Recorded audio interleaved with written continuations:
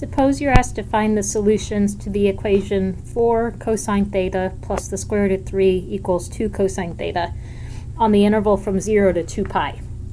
Alright, so the first thing to note here is that this is a trigonometric equation with a linear term. It's not cosine squared, it's just cosine to the first.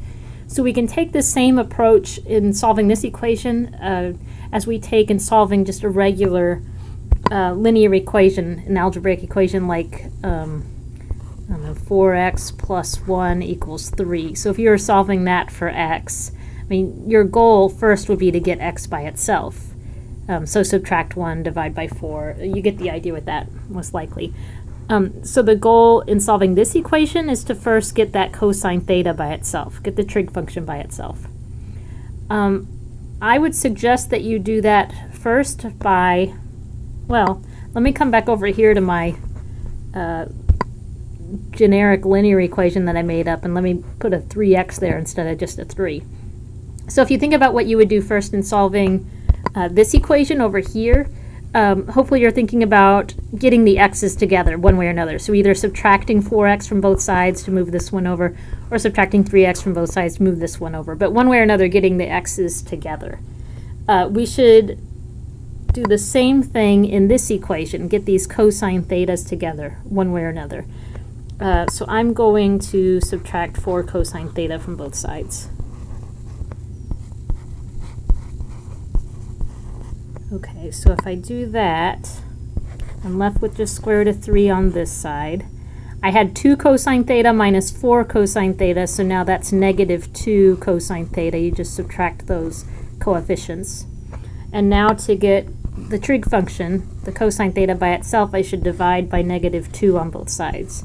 So I'll cancel there. I have cosine by itself, and I'm going to write this the other way around, if that's all right with you. So that's negative square root of 3 over 2. Once you get the trigonometric function by itself, it's time to go over and look at the unit circle to find our solutions. So over here, let me remind you where we left off. We had cosine theta equals negative square root of 3 over 2. Okay, so that's the step we left off. And we're looking for solutions between 0 and 2 pi, which is nice because those are the angles that appear, or that's the interval that we're looking at on the unit circle. Okay, so remember that cosine is the x-coordinate on the unit circle. So we're looking for where is the x-coordinate, negative square root of 3 over 2. So you just kind of wander your way around here. So here's, so cosine of 5 pi over 6.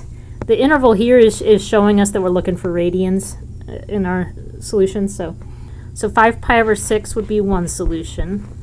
Cosine of 5 pi over 6 will give us negative square root of 3 over 2. And then keep going around the unit circle. Here's another solution right here. So 7 pi over 6 is our other solution. And then you could continue looking around the unit circle, but you'll notice now the x-coordinate is increasing, and over here it's even positive. So if we need cosine of this negative value, this is going to be our last solution in the interval from 0 to 2 pi.